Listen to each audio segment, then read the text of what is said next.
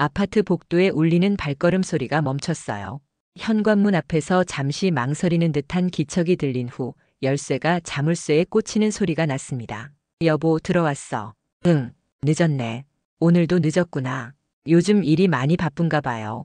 그렇다고 해야겠지. 남편의 목소리에는 예전과 다른 무언가가 섞여 있었어요. 피로함을 가장한 짜증 같은 것이었죠. 저는 거실 소파에 앉아 뜨개질을 하며 그의 얼굴을 바라봤습니다. 30년을 함께 살아온 사람의 표정 변화를 놓칠 리 없었거든요. 저녁은 어떻게 할 거야? 아, 밖에서 먹고 왔어. 너는 알아서 해. 그렇게 말하고는 곧바로 방으로 들어가 버렸어요. 평소 같으면 함께 차라도 한잔하며 하루 일과를 나누곤 했는데 요즘 들어 이런 일이 잦아졌습니다. 뭔가 이상했어요. 분명히 뭔가 숨기고 있다는 직감이 들었죠. 사연 곧 시작합니다. 끝까지 함께 해주시고 구독, 좋아요는 큰 힘이 됩니다. 그날 밤 남편이 샤워를 하러 간 사이 저는 그의 휴대폰을 확인했습니다. 평소라면 절대 하지 않을 일이었죠. 하지만 최근 몇 달간 계속된 그의 이상한 행동들이 저를 의심하게 만들었어요. 비밀번호를 누를 때 손이 떨렸습니다. 결혼기념일로 설정해둔 번호를 입력하자 화면이 열렸어요. 메시지함을 확인하는 순간 제 심장이 쿵 하고 멈추는 것 같았습니다. 자기야, 오늘 병원 다녀왔어. 우리 아기 건강하대. 임신 12주 차야. 이제 안정기에 들어간다고 하네. 빨리 결정해야 할 것 같아. 아이 아빠로서 책임져야 하지 않을까. 메시지를 보낸 사람은 유미라는 이름이었어요. 프로필 사진을 보니 저보다 한참 어린 여자였습니다. 29살이라고 되어 있더군요. 더 끔찍한 건 남편의 답장이었어요. 알겠어. 조금만 더 기다려. 아내랑 정리하고 있으니까. 정리라니요. 30년 결혼 생활을 정리라고 표현하다니. 저는 그 순간 온몸에 소름이 돋았습니다. 샤워하는 소리가 멈췄어요. 서둘러 휴대폰을 원래 자리에 놓고 뜨개질을 계속했죠. 하지만 제 손은 계속 떨리고 있었습니다. 남편이 방에서 나오자 저는 최대한 평온한 목소리로 물어봤어요. 여보, 요즘 스트레스 많이 받는 것 같은데 무슨 일 있어요? 별일 없어. 그냥 회사 일이 좀 복잡해서. 그렇구나. 혹시 제가 도울 일이 있으면 언제든 말해요. 남편은 대답 없이 침대에 누워 등을 돌렸습니다. 평소 같으면 제 어깨를 두드리며 고생했다고 말해주곤 했는데 이제는 그런 것도 없었어요. 그날 밤 저는 한잠도 잘 수 없었습니다. 머릿속에서 온갖 생각들이 맴돌았죠. 도대체 언제부터였을까요? 언제부터 우리 사이가 이렇게 멀어진 걸까요? 다음 날 아침 남편이 출근한 후 저는 본격적인 조사에 나섰습니다. 먼저 그의 신용카드 사용 내역을 확인했어요. 다행히 가계부 정리를 위해 비밀번호를 알고 있었거든요. 카드 사용 내역을 보니 이상한 패턴이 보였습니다. 매주 목요일마다 강남의 한 레스토랑에서 결제가 되어 있었어요. 금액도 만만치 않았죠. 혼자 먹기엔 너무 많은 양이었습니다. 또 산부인과 근처 약국에서도 결제 내역이 있었어요. 엽산이나 임산부용 비타민 같은 것들이었죠. 이제 확신이 들었습니다. 저는 사립탐정사무소를 찾아갔어요. 처음엔 부끄러워서 망설였지만 진실을 알아야 한다는 생각에 용기를 냈습니다. 안녕하세요. 남편의 불륜을 의심하고 있는데요. 어떤 상황인지 자세히 말씀해 주세요. 탐정은 중년의 여성이었어요. 다행히 남성이 아니라서 조금 더 편하게 이야기할 수 있었습니다. 남편이 다른 여자와 관계를 맺고 있는 것 같아요. 그 여자가 임신까지 했다고 하더라고요. 증거는 있으신가요? 휴대폰 메시지를 봤는데요. 그 여자가 임신했다고 하고 남편도 인정하는 분위기였어요. 그 정도면 충분한 의혹이 있다고 봅니다. 정확한 증거를 수집해 드릴게요. 탐정은 일주일 정도면 결과를 알 수 있을 거라고 했습니다. 그 일주일이 정말 길게 느껴졌어요. 집에 돌아와서도 평소와 다름없이 행동해야 했습니다. 남편이 의심하지 않도록 말이죠. 아침에 일어나서 밥을 차려주고 저녁에 돌아오면 반갑게 맞아주고 밤에는 함께 텔레비전을 보며 시간을 보냈어요.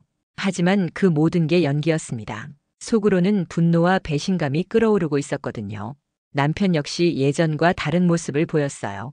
휴대폰을 들여다보며 혼자 웃기도 하고 갑자기 화장실에서 통화를 하기도 했죠. 모든 게 의심스러웠습니다. 그런데도 저는 참았어요. 확실한 증거를 잡기 전까지는 성급하게 행동하면 안 된다고 생각했거든요.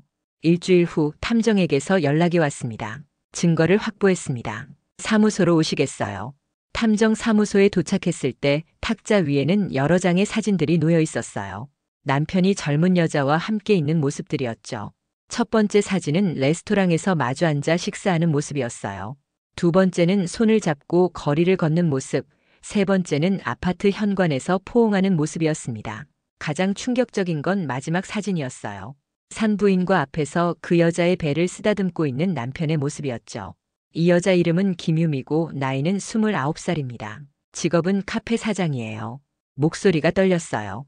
사진을 보는 순간 현실이 확실해졌거든요.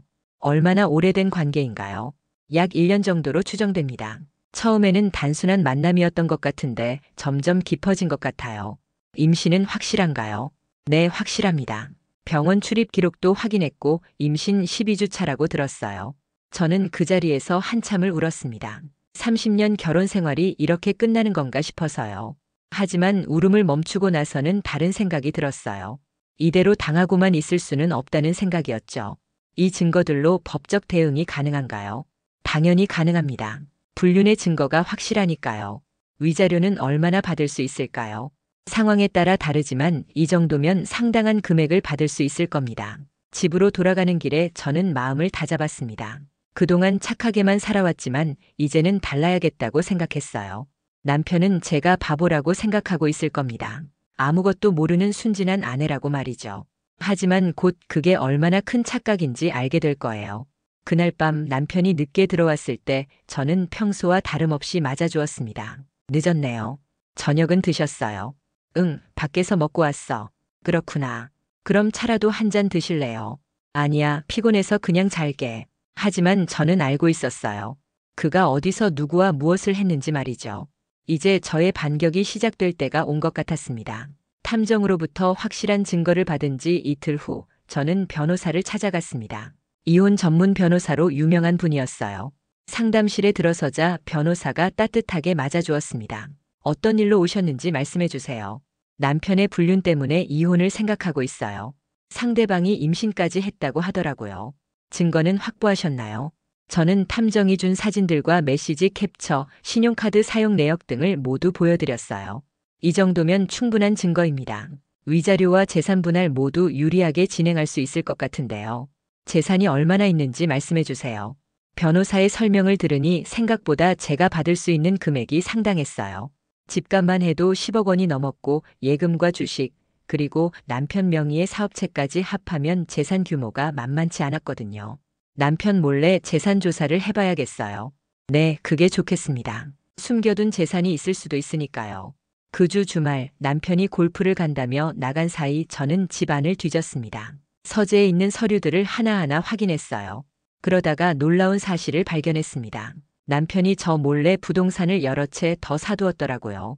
그것도 모두 현금으로 말이죠. 통장 내역도 확인해 봤어요.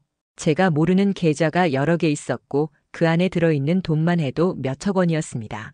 이 모든 게 저희 부부의 공동 재산이었어요. 남편이 벌어온 돈이긴 하지만 저 역시 30년간 살림을 꾸려오며 뒷바라지를 했으니까요. 월요일 아침 변호사에게 연락했습니다. 남편이 숨겨둔 재산을 발견했어요. 어떤 재산인가요?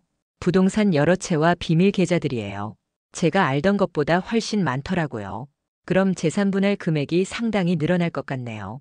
변호사는 정확한 재산 규모를 파악하기 위해 전문기관에 의뢰하자고 했어요. 며칠 후 결과가 나왔는데 남편의 총 재산은 약 30억 원 정도였습니다. 이 중 절반은 제가 가져갈 수 있다는 게 변호사의 설명이었어요. 거기다 위자료까지 더하면 상당한 금액이 될 것 같았습니다. 이제 남편을 상대로 본격적인 법적 절차를 밟아야겠어요. 그런데 그 전에 한 가지 더 확인하고 싶은 게 있어요. 무엇인가요? 남편이 그 여자를 위해 돈을 얼마나 썼는지 알고 싶어요. 탐정을 통해 추가 조사를 의뢰했습니다. 며칠 후 결과를 받아보니 더욱 화가 났어요. 남편은 그 여자를 위해 아파트 전세금을 내줬을 뿐만 아니라 카페 창업 자금까지 대주었더라고요. 그 돈이 모두 저희 부부의 공동재산에서 나간 거였죠. 이제 정말 참을 수 없었어요. 저는 변호사에게 이혼 소송을 제기해달라고 요청했습니다. 소장을 남편에게 전달하기 전에 저는 마지막으로 그와 대화해보기로 했어요. 혹시 그가 잘못을 인정하고 합의를 원할지도 모르니까요. 그날 저녁 남편이 집에 돌아오자 저는 거실에서 그를 기다리고 있었습니다. 여보, 앉아요. 할 말이 있어요. 뭔데 그렇게 심각해? 김유미라는 사람 알죠? 남편의 얼굴이 순간 굳어졌어요. 뭔 소리야? 그 여자가 임신했다면서요. 축하해요. 남편은 한동안 아무 말도 하지 못했어요. 그러다가 갑자기 화를 냈습니다. 어떻게 알았어? 내 폰을 봤나? 그런 건 중요하지 않아요. 중요한 건 당신이 30년 결혼 생활을 배신했다는 거예요. 잠깐 설명할게. 설명은 법정에서 하세요. 저는 이혼 소장 사본을 남편에게 건네주었습니다. 이게 뭐야? 이혼 소송이에요. 위자료와 재산분할 요구서도 들어있어요. 남편이 서류를 펼쳐보더니 깜짝 놀라는 표정을 지었어요. 15억 원이라고. 미쳤나? 위자료 3억 원, 재산분할 12억 원이에요. 법적으로 정당한 요구예요. 재산분할 12억 원이라니. 집값 빼고 나면 얼마나 남는다고. 당신이 숨겨둔 재산들도 다 알고 있어요. 남편의 얼굴이 새파래졌어요. 그런 건 내가 번 거야. 부부의 공동 재산이에요. 30년간 제가 뒷바라지 한 것도 인정받을 권리가 있어요. 그렇게 많이 줄 수는 없어. 그럼 법정에서 판결받죠. 남편은 소장을 던져버리고 방으로 들어가 버렸어요.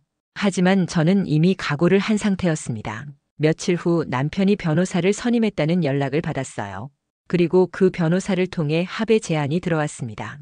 위자료 5천만 원, 재산 분할 5억 원이었어요. 제가 요구한 금액의 3분의 1도 안 되는 수준이었죠. 터무니없는 제안이에요. 상대방 변호사가 말하길 이혼 사유가 명확하지 않다고 하더라고요. 명확하지 않다니요. 불륜 증거가 이렇게 확실한데요. 그래도 법정에서 인정받기까지는 시간이 걸릴 거라고 하네요. 하지만 저는 물러서지 않았어요. 확실한 증거가 있으니까요. 재판이 시작되었을 때 저는 모든 증거를 법정에 제출했습니다. 사진, 메시지, 신용카드 사용 내역, 그리고 임신 사실까지 모든 게 명확했어요.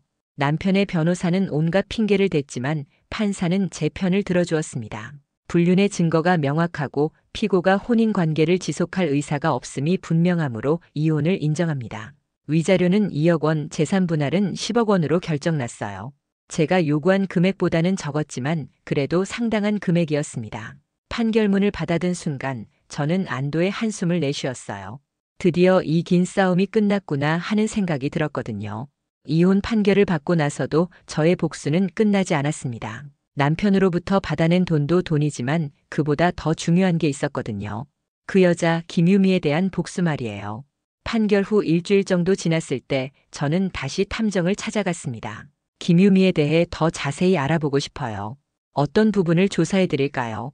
그 여자의 과거와 현재 상황 모두요. 특히 사업하는 카페 관련해서요. 며칠 후 탐정으로부터 흥미로운 정보를 들었어요. 김유미가 운영하는 카페는 사실 그녀 명의가 아니에요. 그럼 누구 명의인가요? 전 남자친구 명의로 되어 있어요. 하지만 실제로는 당신 남편이 돈을 댔죠. 그게 다가 아니었어요. 더 놀라운 사실이 있었거든요. 그 여자가 이번이 첫 번째 불륜이 아니에요. 무슨 말이에요? 기혼 남성과 관계를 맺는 게 일종의 패턴이더라고요. 돈 있는 남자들을 노리는 거죠. 이 말을 들은 순간 저는 확신했어요. 이 여자는 처음부터 남편의 돈을 노리고 접근한 거라고요. 더 자세히 알아보니 김유미는 임신 사실을 남편에게 말하기 전에 다른 남자와도 관계를 맺고 있었더라고요. 즉, 아이의 아버지가 누구인지 확실하지 않다는 얘기였어요. 이 정보를 남편에게 알려줘야겠다는 생각이 들었어요. 비록 이혼했지만 그래도 그가 속고 있는 걸 보고 있을 수는 없었거든요. 남편에게 전화를 걸었습니다. 할 말이 있어서 연락했어요. 뭔데? 김유미에 대해 알아야 할 사실이 있어요. 무슨 소리야? 그 여자가 임신했다고 하는 아이 정말 당신 아이가 맞나요? 당연하지. 확실해요. 그 여자가 당신 말고 다른 남자와도 만났다는 걸 알고 있어요. 전화 너머로 남편이 당황하는 소리가 들렸어요. 그런 말도 안 되는 소리를. 증거가 있어요.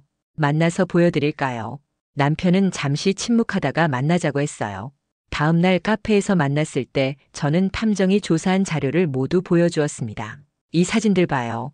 당신이 그 여자를 만나는 동안 그 여자는 다른 남자와도 만났어요.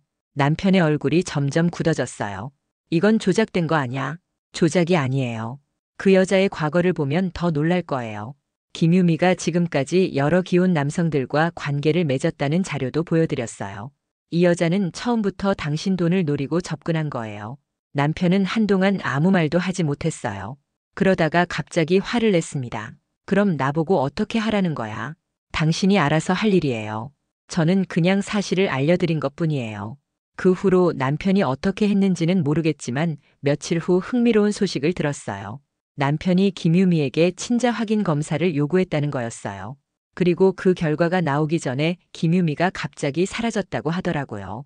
아마도 아이의 아버지가 남편이 아니라는 걸 알고 있었던 것 같아요. 하지만 저의 복수는 거기서 끝나지 않았습니다. 김유미가 운영하던 카페가 사실은 불법으로 운영되고 있었다는 사실을 알아낸 거예요. 사업자 등록이 제대로 되어 있지 않았고 세금도 제대로 내지 않았더라고요. 저는 이 사실을 세무서에 신고했습니다. 또한 그 여자가 남편으로부터 받은 돈들이 모두 탈세와 관련이 있다는 것도 알려드렸어요. 며칠 후 김유미의 카페에 세무조사가 들어갔다는 소식을 들었습니다. 그리고 그 여자는 결국 거액의 세금을 내야 하는 상황에 처했다고 하더라고요. 카페 문을 닫아야 할 상황까지 온 것 같았어요. 시간이 지나자 결국 카페가 폐업을 했어요. 그 이후 그녀는 사라져버렸고 최근의 소식으로는 시골 어디에서 조용히 숨어 지낸다는 소식을 들었어요. 한편으로는 마음이 뻥 뚫리기도 하고 한편으로는 참 씁쓸했어요. 이제 저의 남은 여생을 나만을 위해서 사용해 볼까 합니다.